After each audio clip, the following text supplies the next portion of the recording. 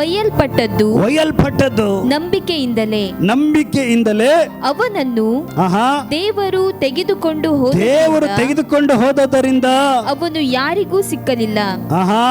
ಅವನು ಒಯ್ಯಲ್ಪಡುವುದಕ್ಕಿಂತ ಮೊದಲು, ಇದು ಇಂಪಾರ್ಟೆಂಟ್, ಇದು ರೌಂಡ್ ಅಪ್ ಮಾಡ್ಕೊಳ್ರಿ. ಅವನು ಒಯ್ಯಲ್ಪಡುವುದಕ್ಕಿಂತ ಮೊದಲು ದೇವರಿಗೆ ಮೆಚ್ಚುಗೆಯಾದವನಾಗಿದ್ದಾನೆಂದು ಸಾಕ್ಷಿ ಉಂಟು. ಜೋರಾಗಿ ಕೈ ತಟ್ಟೋಣ. Hallelujah, hallelujah, hallelujah.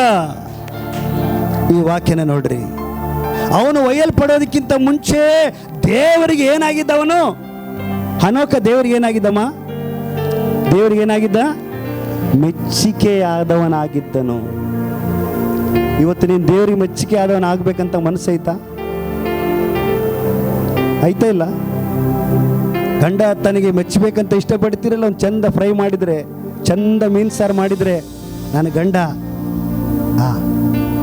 ನಾವು ಅವ್ರಿಗೆ ಏನು ಕೊಡೋದು ಬೇಡ, ಏನು ಚಂದ ಮಾಡಿ ಏನು ಬಿಟ್ಟರೆ ಮುಗಿದು ಫ್ಲಾಟ್ ಆಗ್ತಾರೆ ಅವರು. ಅಲ್ಲೇ ಕೇಳಿಸ್ತಿಲ್ಲ? ಹಲ್ಲೆಲೂಯಾ. ಕೇಳಿಸ್ತಾ ಇಲ್ಲ? ಹಲ್ಲೆಲೂಯಾ. ನೀವು ಹೇಳಿ ನೋಡ್ರಿ, ನಾ ಹೇಳ್ತಾನೆ ಇರ್ತೀನಿ ಯಾವಾಗಲೂ.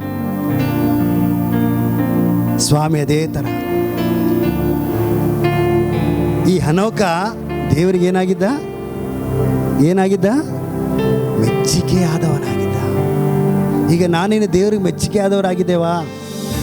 ಸಣ್ಣ ಸಣ್ಣ ವಿಷಯಕ್ಕೆ ಗೌಜಿ ಮಾಡ್ಕೊಂಡು, ಸಣ್ಣ ಸಣ್ಣ ವಿಷಯಕ್ಕೆ ಮನಸ್ತಾಪ ಮಾಡ್ಕೊಂಡು, ಸಣ್ಣ ಸಣ್ಣ ವಿಷಯಕ್ಕೆ ಸಿಟ್ಟು ಮಾಡ್ಕೊಂಡು, ಸಣ್ಣ ಸಣ್ಣ ವಿಷಯಕ್ಕೆ ನಾವು ಬೆಳವಾದ ಮಾತಾಡ್ಕೊಂಡಿದ್ರೆ ದೇವ್ರಿಗೆ ಖುಷಿಯಾಗಿರ್ತೀವ? ನಾವು ದೇವ್ರಿಗೆ ಮೆಚ್ಚುಗೆ ಆಗಿರ್ತೀವ? ದೇವ್ರಿಗೆ ಮೆಚ್ಚುಗೆ ಆಗಬೇಕಂತ ನೀನು ಮನಸ್ಸು ಮಾಡು, ಅಷ್ಟು ನಿನ್ನಿಂದ ಬರ್ತೈತಿ. ಹಲ್ಲೆಲೂಯಾ. ಹೇಳಕ್ಕಾಗಲ್ಲ. ಈ ಹನೋಕನ ಹಾಗೆ ದೇವ್ರು ನಿನ್ನನ್ನು ಹೊತ್ಕೊಂಡು ಹೋಗ್ಬೋದು, ಮರಣ ವಾಸನೆ ನೋಡದೆ ಹೋಗ್ಬೋದು.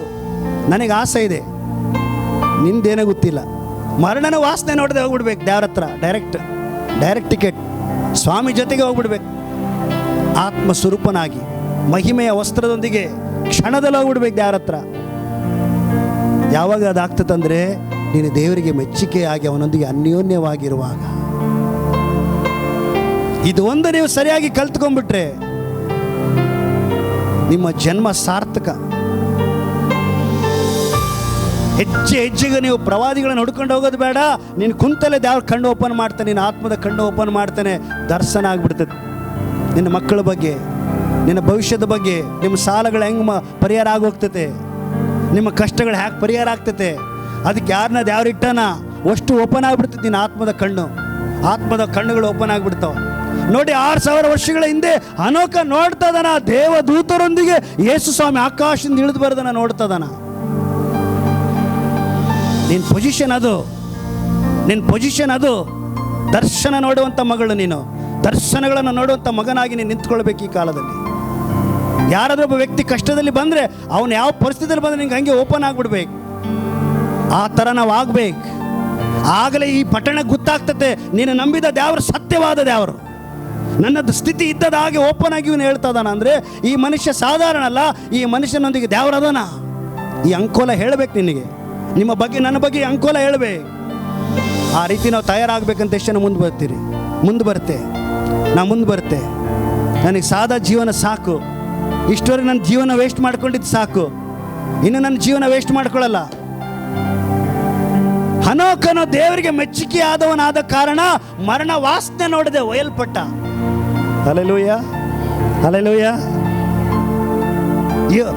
ಹಳೆ ಒಡಂಬಡಿಕೆಯಲ್ಲಿ ಮತ್ತೊಬ್ಬ ಭಕ್ತ ಇದೆ, ಏಲಿಯ. ಅವನು ಯಾವಾಗಲೂ ಬೆಟ್ಟದ ಮೇಲೆ ದೇವರ ಹತ್ರ ಯಾವಾಗಲೂ ಇರುವಂಥ ಮನುಷ್ಯ ಏಲಿಯ. ಅವನು ಹೆಂಗೋದ ಯಾರಾದ್ರೂ ಹೇಳ್ತೀರಾ? ಏಲಿಯ ಹೆಂಗೋದ ಯಾರು ಹೇಳ್ತೀರಿ? ಪಟ್ಟೆ. ಏಲಿಯ ಮರಣ ವಾಸನೆ ನೋಡ್ದ? ಏಲಿಯ ಹೆಂಗೋದ? ಹೇಳಿ, ಹತ್ರ ಇದೆ. ಜೋರಾಗಿ ಕೈ ತಟ್ಟೋಣ. ಹಲ್ಲೆಲೂಯಾ. ಅಗ್ನಿಯ ರಥಗಳು ಆಕಾಶದಿಂದ ದೇವರು ಕಳಿಸ್ಕೊಟ್ಟ. ಅಗ್ನಿಯ ರಥಗಳು ಬಂದು ಏಲಿನನ್ನು ಹೊತ್ಕೊಂಡು ಹೋಗ್ತದವ ಮರಣ ವಾಸನೆ ನೋಡದೆ. ಏಲಿಯ ಇಷ್ಟೆಲ್ಲ ದೇವ್ರು ಯಾಕೆ ಬರ್ಸಿಟ್ಟನ? ನೀನು ಜೀವಿಸಿದ್ರೆ ಹಂಗೆ ಜೀವಿಸ್ಬೇಕು.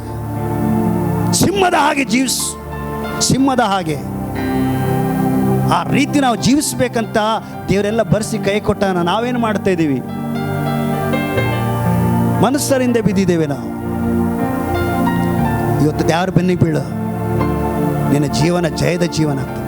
ಹಲ್ಲೆಲೂಯ. ನಿನ್ನ ಬಾಯಲ್ಲಿ ರೋಗದ ಸುದ್ದಿ ಕೊಡಲ್ಲ, ನಿನ್ನ ಬಾಳಲ್ಲಿ ಲುಕ್ಷಾನ್ ಸುದ್ದಿ ಕೊಡಲ್ಲ, ನಿನ್ನ ಬಾಳಲ್ಲಿ ಸಾಲದ ಸುದ್ದಿ ಕೊಡಲ್ಲ, ನಿನ್ನ ಬಾಳಲ್ಲಿ ಅದಿಲ್ಲ ಇದಿಲ್ಲ ನಾ ಸುದ್ದಿ ದೇವ್ರು ಕೊಡಂಗಿಲ್ಲ. ದೇವ್ರು ನಿನ್ನ ಖುಷಿ ಮಾಡಿದ್ರೆ ನಿನ್ನ ಖುಷಿ ಮಾಡಕ್ಕಾಗಿ ಆಕಾಶದ ಭಂಡಾರವನ್ನು ದೇವ್ರು ತೆರಿತಾನ. ಹಲ್ಲೆಲೂಯ. ಕೇಳಿಸ್ತಾ ಇಲ್ಲ? Hallelujah, hallelujah.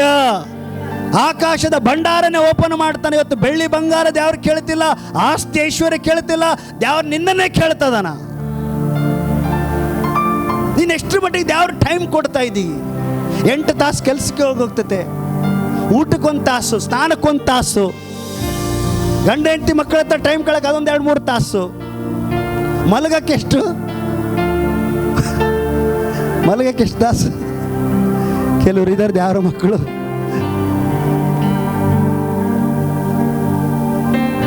ಎಷ್ಟು ತಗಮ ಹೇಳೋದು? ಬೆಳಗಿನ ಜಾವನೇ ಹೇಳೋರು ಎಷ್ಟು ಜನ ಇದ್ರೆ ತಾರ್ತವ ಕೈ ಎತ್ರಿ.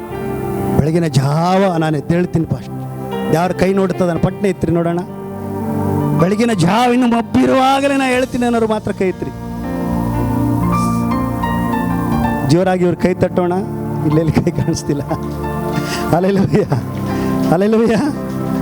ಬೆಳಗಿನ ಜಾವ, ಹಲ್ಲೆಲೂಯ.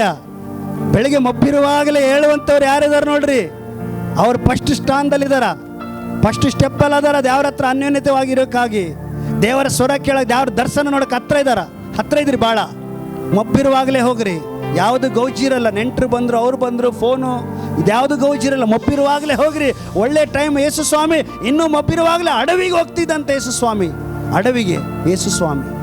ಇವತ್ತು ನಾನು ನೀನೇನು ಮಾಡಿ ನಮಗೆ ದೇವ್ರು ಯಾವುದೋ ರೂಪದಲ್ಲಿ ಬೆಳಿಗ್ಗೆ ಎಬ್ಬಿಸ್ತಾನ. ಆತನ ಹತ್ರ ನಾವು ಹೋಗ್ಬೇಕಂತ. ಒಂದು ಬೆಕ್ಕೇನೋ ಸೌಂಡ್ ಮಾಡ್ತೈತೆ, ತಾಟೇನೋ ಬೀಳ್ತತೆ, ಹಿಂಗೇನೋ ಎಚ್ಚರಿಕೆ ಆಗ್ತತೆ. ಯಾಕೆ ದೇವ್ರು ಎಬ್ಬಿಸಿದ? ನೀನು ಬಾ, ನಿನಗಾಗಿ ನಾನು ಕಾಯ್ತಾ ಇದ್ದೀನಿ. ನಾವೇನು ಮಾಡ್ತೀವಿ? ಸ್ವಲ್ಪ ಚಳಿ, ಒಂದು 5 ನಿಮಿಷ ಬಿಟ್ಟು ನಾನು ಮತ್ತೆ ಹೋಗ್ತೆ ದೇವ್ರ ಹತ್ರ. 5 ನಿಮಿಷ ಎಷ್ಟಾಯ್ತು? ಬೆಳಿಗ್ಗೆ 7 ಗಂಟೆ 8 ಆಗೋಯ್ತು. ಮತ್ತೆ ಹೊಟ್ಟೆ ಗುರುಗುರು ಅಂತಿರ್ತತೆ. ನೀರು ದೋಸೆ ಚಪಾತಿ ಶುರು.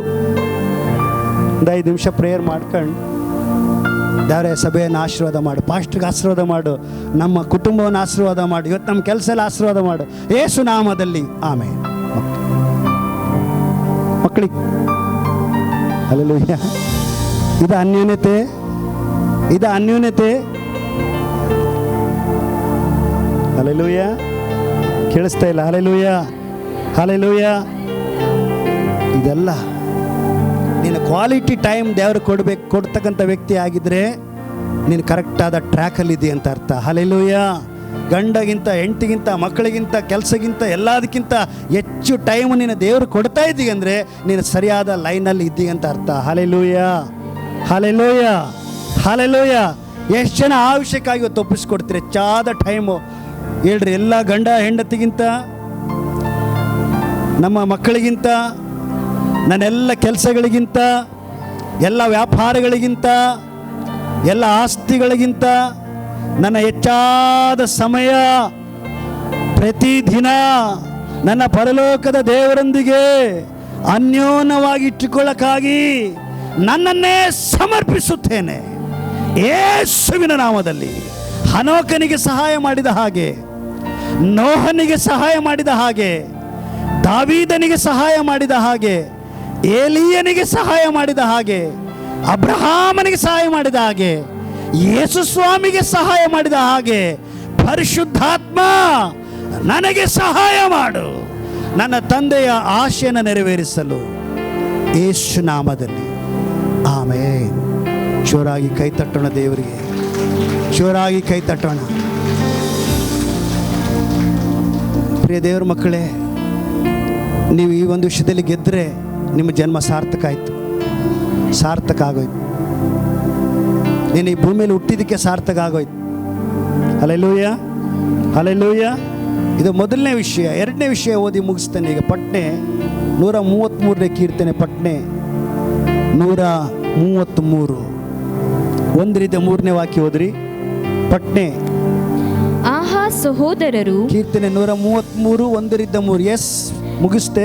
ಒಂದಾಗಿರುವುದು ಎಷ್ಟೋ ಒಳ್ಳೆಯದು, ಆಹಾ, ಎಷ್ಟೋ ರಮ್ಯವಾದದ್ದು. ಎಸ್, ಅದು ಆರೋನನ ತಲೆಯ ಮೇಲೆ ಆಹಾ, ಹಾಕಲ್ಪಟ್ಟು ಅವನ ಗಡ್ಡದ ಮೇಲೆಯೂ ಎಸ್, ಅಲ್ಲಿಂದ ಅವನ ಅಂಗಿಗಳ ಕೊರಳಪಟ್ಟಿಯವರೆಗೂ ಎಸಯ್ಯ, ಹರಿದು ಬರುವ ಶ್ರೇಷ್ಠ ತೈಲದಂತೆಯೂ ಹೆರ್ಮೋನ್ ಪರ್ವತದಲ್ಲಿ ಹುಟ್ಟಿ ಚಿಯೋನ್ ಪರ್ವತದ ಮೇಲೆ ಬೀಳುವ ಮಂಜಿನಂತೆಯೂ ಇದೆ. ಅಲ್ಲಿ ಆಶೀರ್ವಾದವೂ ಜೀವವು ಸದಾಕಾಲ ಇರಬೇಕೆಂದು ಯೆಹೋವನು ಆಜ್ಞಾಪಿಸಿದ್ದಾನೆ. ಜೋರಾಗಿ ಕೈ ತಟ್ಟೋಣ ದೇವರಿಗೆ, ಜೋರಾಗಿ ಕೈ ತಟ್ಟೋಣ. ಸಭೆ ಸಕ್ಸಸ್ಫುಲ್ ಆಗ್ಬೇಕಂದ್ರೆ ಕರೆಕ್ಟಾಗಿ ಕೇಳ್ಕೊಳ್ರಿ. ವಾಕ್ಯನ ಬಿಡಿಸಿ ಬಿಡಿಸಿ ಹೇಳ್ತಾ ಇದ್ದೀನಿ. ಮೊದಲು ಇವತ್ತು ನನಗೆ ನಿನಗೆ ದೇವರ ಹತ್ರ ಬಹಳವಾದ ಅನ್ಯೋನ್ಯತೆ ಇರಬೇಕು. ಎರಡನೇದಾಗಿ ಇಲ್ಲಿ ಸೇರಿ ಬಂದ ದೇವರ ಮಕ್ಕಳೊಂದಿಗೆ ನಮಗೆ ಅನ್ಯೋನ್ಯತೆ ಇರಬೇಕು. ಎಷ್ಟು ಜನ ಈ ಮಾತು ಒಪ್ಕೊಳ್ತೀರಿ? ಇಲ್ಲಿ ಬರುವ ಒಂದೊಂದು ಕುಟುಂಬದೊಂದಿಗೆ ನಿನಗೆ ಮನಸ್ತಾಪ ಇರಲಿಕ್ಕಿಲ್ಲ. ಇಲ್ಲಿ ಬರುವ ಒಂದೊಂದು ಕುಟುಂಬದೊಂದಿಗೆ ನಿನಗೆ ಗಾಢವಾದ ಅನ್ಯೋನ್ಯತೆ ಇರಬೇಕು. ಅವ್ರ ಕಷ್ಟ ಸುಖಗಳು ನಿಮಗೆ ಗೊತ್ತಿರಬೇಕು, ಅವರ ಕಣ್ಣೀರು ನಿಮಗೆ ಗೊತ್ತಿರಬೇಕು, ಅವರ ಅವಶ್ಯಕತೆಗಳು ನಿಮಗೆ ಗೊತ್ತಿರಬೇಕು. ದೇವರಲ್ಲಿ ಹೇಳ್ಕೊಡ್ತದನ. ಒಂದು, ದೇವರೊಂದಿಗೆ ನಮ್ಮ ಅನ್ಯೋನ್ಯ ಇರಬೇಕು. ಎರಡು, ದೇವರ ಮಕ್ಕಳೊಂದಿಗೆ ಅನ್ಯೋನ್ಯತೆ ಇರಬೇಕು. ನಾಳೆ ಸರಿನಾ ಅಲ್ಲ? ಆಶೀರ್ವಾದ ತುಂಬಿ ತುಳುಕ್ತೈತೆ ನೋಡ್ರಿ. ಸೈತಾನ್ ಅದನ್ನೇ ಮಾಡಕ್ಕೆ ಕೊಡ್ತಾ ಇಲ್ಲ. ಸೈತಾನ್ ಅದನ್ನೇ ಮಾಡಕ್ಕೆ ಕೊಡ್ತಿಲ್ಲ. ಏದೇನು ತೋಟದಲ್ಲಿ ಶುರು ಮಾಡ್ದ, ದೇವರಿಗೆ ಮನುಷ್ಯನ ಅಗಲಿಸಿದ. ಇವತ್ತು ನಮ್ಮ ಮಧ್ಯದಲ್ಲಿ ಅಗಲಿಸಕ್ಕೆ ನೋಡ್ತಾನ. ದೇವರ ಮಕ್ಕಳ ಮಧ್ಯದಲ್ಲಿ ಅನ್ಯೋನ್ಯತನ ಬ್ರೇಕ್ ಮಾಡಕ್ಕೆ ನೋಡ್ತೈತೆ. ವಿಷದ ಹುಳ ಹಾಕ್ಕೊಂಡು ಅವಕಾಶ ಕೊಡಬೇಡ್ರಿ.